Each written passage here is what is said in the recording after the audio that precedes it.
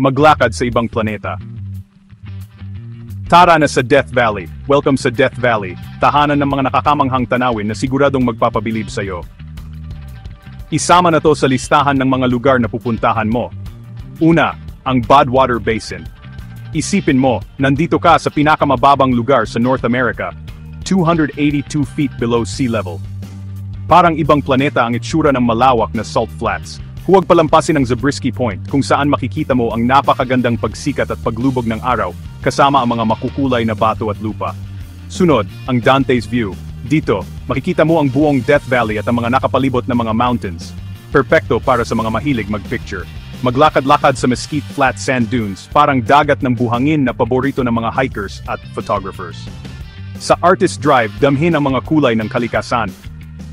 Parang pininturahan ang mga bato sa artist's palette dahil sa iba't ibang minerals. Pumunta sa Ubebe Crater at damhin ang kapangyarihan ng kalikasan sa napakalaking butas ng bulkan na ito, mga 1,500 feet ang lapad. Parang nasa ibang planeta ka. Ang langit sa Death Valley ay puno ng mga bituin, isang hindi malilimutang experience. Death Valley, dito nagtatagpo ang ganda at kalikasan. Tara na at mag-explore.